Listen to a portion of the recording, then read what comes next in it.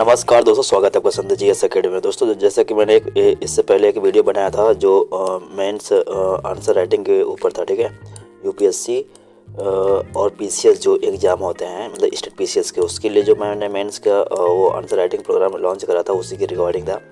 तो first video में actually मैंने आपको बताया था कि क्या क्या चाहिए था, एक्चुअली उस कोर्स के बारे में ही बताया था। इस वीडियो में दोस्तों मैं काफ़ी डिटेल में बात करूँगा कैसे कौन कौन सी चीज़ें हैं जो मेंस आंसर राइटिंग के लिए इम्पॉर्टेंट है, और प्लस आपको क्या क्या पढ़ना चाहिए, और यूपीएससी और स्टेट पीसीएस की तैयारी कर रहे हैं तो आपके पास मटेरियल क्या होना चाहिए, उसी के बारे में दोस्तों डिटेल में बात करूंगा।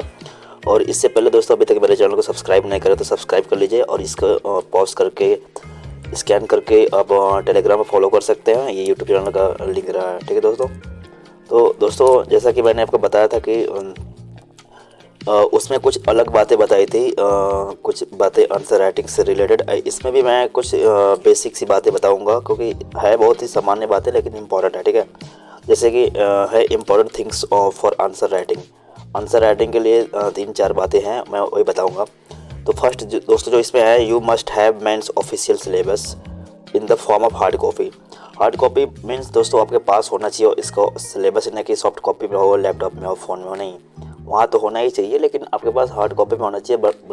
बिल्कुल दीवार के, जहाँ आप पढ़ते हैं स्टडी टेबल के सामने, बिल्कुल दीवार पे चिपका होना भी चाहिए, ठीक है। और आपके हाथ में भी होना चाहिए, ताकि ये सबसे इम्पोर्टेंट है कि यहीं पे अगर लैग करेंगे तो आप समझ ही नहीं पाएंगे क्या है, ठीक है। You must have mains PYQ at least last 10 year, मतलब आपके पास लास्ट 10 ईयर का पीवाईक्यू भी होना चाहिए मेंस का, ये इंपॉर्टेंट है। उसमें क्या है, मैंने प्रीलिम्स मेंस दोनों की थोड़ी बातें कर दी थी, इसमें एक्चुअली मैं खाली मेंस की और आंसर राइटिंग के पॉइंट ऑफ व्यू से बात करूंगा।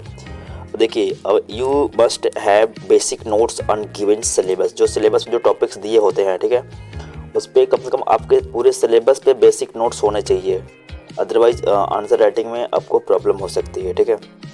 और नहीं बनाया है तो आपको बनाना स्टार्ट कर देना चाहिए, क्योंकि ये एकदम से इम्पॉर्टेंट है, ठीक है।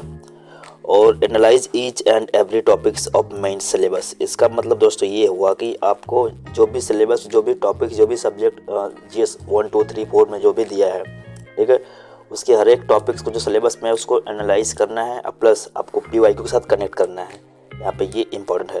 जैसे आप पीवाईक्यू भी एनालिसिस कर रहे हैं, आपको एनालिसिस पीवाईक्यू का भी करना है, मेंस के पीवाईक्यू का, प्लस सिलेबस के भी पीवाईक्यू करना है, दोनों को प्लस करना है, मतलब कि कनेक्ट करना है कि एक्चुअली जो क्वेश्चन पूछा है वो मेंस के सिलेबस में मैच कर रहा है कि नहीं कर रहा है, स्टैंडर्ड क्या है, लेवल क्या है, इससे आपको ये पता चलेगा।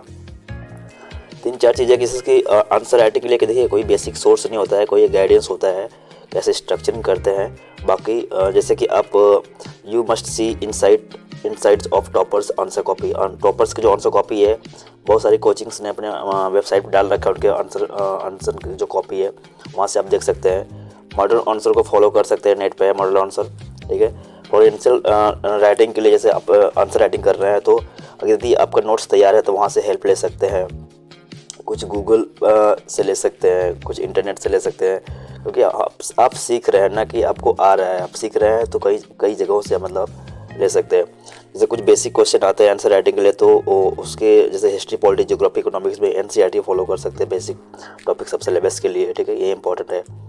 उसके बाद source of study material for UPSC and state PCS. Otherwise का सोर्स आपको नहीं है, आप नॉलेज नहीं है, और आप नोट्स नहीं बनाया है बेसिक नोट्स, तो आप कैसे आंसर राइटिंग करेंगे, ये आप बड़ी सोचने वाली बात है, ठीक है। तो ये इंपॉर्टेंट है कि आपको ये पता होना चाहिए। जैसे इंडियन पॉलिटी के लिए आपको पता है कि एम लक्ष्मीकांत की जो बुक है काफ़ी इंपॉर्टेंट बुक है, मैं इसका सबका इमेज और वीडियो भी दिखाऊंगा आपको। फॉर जियोग्राफी के लिए आप 11-12 की एनसीईआरटी आपको पढ़नी है, और जीसी लियोंग की certificate of physical and human geography की बुक आती है, मैं उसका इमेज दिखाऊंगा नीचे, आप उसको ले लेना है, आपको उसको पढ़ना है। ये तो बेसिक बुक है, इतना तो पढ़ना ही पड़ेगा, इससे ज़्यादा कुछ पढ़ना भी नहीं है। और मॉडर्न इंडियन हिस्ट्री के लिए स्पेक्ट्रम आपको पता है कितना फेमस है, या बिपिन चंद्र की 12th की एनसीईआरटी, इसे भी आप पढ़ सकते हैं, लेकिन अब केवल स्पेक्ट्रम को भी फॉलो कर सकते हैं, इसमें कोई इशू नहीं होगा, ठीक है। जैसे फॉर एंशियंट हिस्ट्री के लिए आप देख सकते हैं कि यहाँ पे है R S Sharma, 11th NCERT के है आर एस शर्मा। मेडिवल के लिए है सतीश चंद्रा का 11th की एनसीईआरटी, दोनों 11th की एनसीईआरटी हैं, तो ये आपको ध्यान में मतलब रहे। अब देख सकते हैं फॉर इकोनॉमिक्स इकोनॉमिक्स के लिए जो है संजीव वर्मा की एक बुक काफ़ी अच्छी आती है और रमेश शर्मा की, इन दोनों में से कोई एक फॉलो कर सकते हो। और 11-12 की एनसीईआरटी आपको पढ़नी है इकोनॉमिक्स के लिए। और आर्ट एंड कल्चर के लिए दोस्तों तमिलनाडु की एक बुक आती है, स्टेट बुक होती है, स्टेट लेवल के बोर्ड एग्जाम के बुक होती है, वो भी अच्छी है। या फिर 11th की एनसीईआरटी में इसका अभी पिक्चर आपको दिखाऊंगा, फिगर दिखाऊंगा आपको।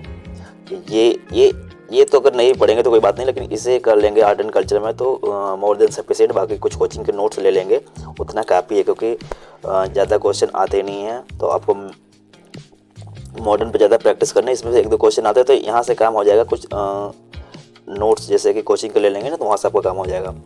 7th का है फॉर एनवायरमेंट के लिए शंकर आईएएस की बुक ले सकते हैं या पीएमएफ आईएएस का, दोनों ही बेस्ट बुक हैं। और करंट अफेयर से आपको लिंक करके पढ़ना, जो भी करंट अफेयर में टॉपिक्स आते रहते हैं, ठीक है। साइंस टेक के लिए बात करें तो कोई स्पेशल बुक नहीं है, कोई गुड बुक नहीं है। इसके लिए 9-10 के बेसिक साइंस के लिए एनसीईआरटी फॉलो कर लीजिए। और उसके बाद साइंस टेक के लिए आपको मंथली करंट अफेयर जो विजन आईएएस के फॉलो करना है, और न्यूज़पेपर फॉलो करना है। गूगल पे कुछ अगर ऐसे टर्म्स मिलते हैं जो न्यूज़ में है, कुछ नया टेक्निकल टर्म्स मिलते हैं तो उसे आपको सर्च करना है, और विकिपीडिया पे उसका भी डिटेल्स आप पढ़ सकते हैं वहाँ से भी। करंट अफेयर के लिए देखिए न्यूज़पेपर इंपॉर्टेंट है। अगर जो इंग्लिश मीडियम से तैयारी कर रहे हैं उनके लिए इंडियन एक्सप्रेस या द हिंदू में से कोई एक फॉलो कर सकते हैं।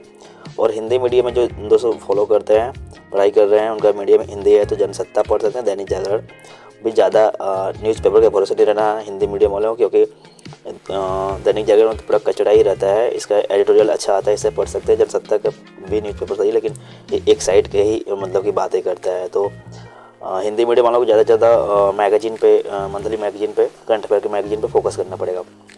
और विजन आईएएस का जो मंथली करंट अफेयर है ये इंपॉर्टेंट है, क्योंकि ये आपको पढ़ना ही है, ठीक है। ये सब इसकी पीरियड हो जाता है तो, लेकिन इससे पढ़ते रहिए। बाकी न्यूज़पेपर तो पढ़ते रहिए ब्रॉड नॉलेज के लिए, क्योंकि वो इम्पॉर्टेंट है। और you must be visit on government site such as PIB, ministry of environment and forest and climate change, department science and technology, DST, ISRO, NITI Aayog etcetera. मतलब कि आप इन ये सब वेबसाइट से ये इंपॉर्टेंट है, यहाँ भी आप विजिट कर सकते हैं, ठीक है।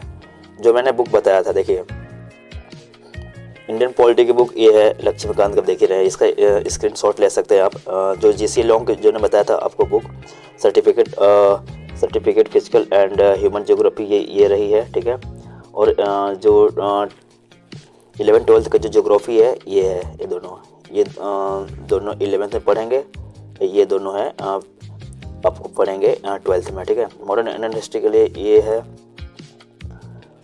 स्पेक्ट्रम जो है, ठीक है। और एनसीईआरटी देखिए मॉडर्न इंडियन हिस्ट्री के लिए है, मेडिवल के लिए है, RS शर्मा की जो एंशिएंट की ये है।